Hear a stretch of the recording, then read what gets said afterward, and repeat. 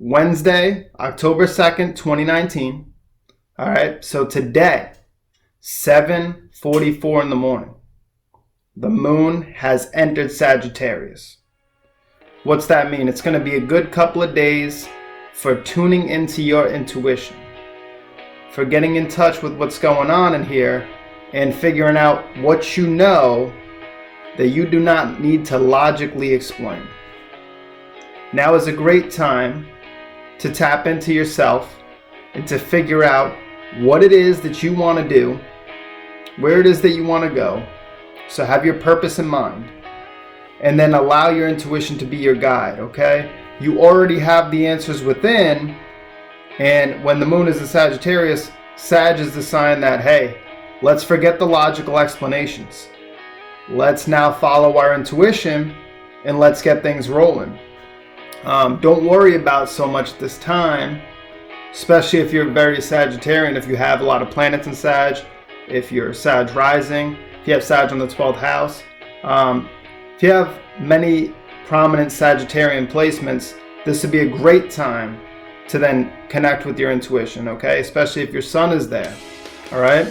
For the rest of us, the moon in Sag, or for anybody who doesn't have a lot of Sagittarian energy, this is a great time to get in touch with it, right? Because it's transiting over the collective. And today we have the moon, and it's inconjunct Uranus, which really means that it's 150 degrees away. And it's going to be making a direct aspect to it today. That's at 5:30 p.m., okay? What does this mean, Jay? Well, what it means might not be much for you because we don't feel the inconjuncts even in our natal chart. They're kind of like a source of underlying tension, and they kind of erupt into a lot of times an emotional crisis or some sort of crisis in our lives, and then that's when we figure out, oh wow, we have this problem we've been ignoring and we have to figure out how to level it up. Well, with the moon and Uranus is in conjunction today, you may or may not feel that magnetic energy sort of triggered by other people at this time. Also, you know, the reason you may not feel it is because the moon or Uranus might not be prominent in your chart. They may be well aspected, or, you know, if they are inharmoniously aspected and now you have pathways to let this aspect into your natal chart to where you would feel it a lot more, then it's definitely time to watch out because certain things could fly off the handle a little bit.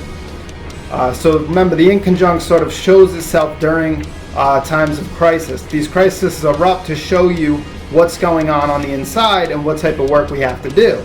A lot of times people won't do the work until all of a sudden they're in an emotional crisis or something, and then they're like, oh crap, I didn't realize, like, I've been neglecting this stuff. And a lot of people just won't do the work.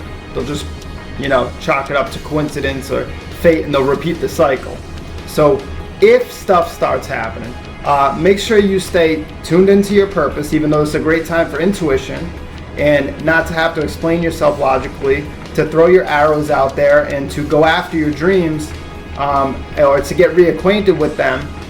This is not a time to come off your purpose and be erratic, okay? This is a time to be watchful of your actions, take into account what you're doing and why you're doing it. Don't let Uranus just throw you off path. And, you know, this way, when the dust settles in a day or so, when, you know, it's going to be a couple of favorable days for Sagittarius coming into Thursday and Friday. And so what we want to do is just get back in touch with that, sit with our intuition a little bit, and yeah, throw those arrows out there. Now's a great time, a fortunate time for travel, things like that. So if you want to work on your natal chart, you know I'll be at Pixie Dust, okay, today, 12 p.m. to 5 p.m. every Monday and Wednesday. If you want to come in there and we can work on your natal chart, please do. If not, I hope this information was helpful, and I will see you guys next time.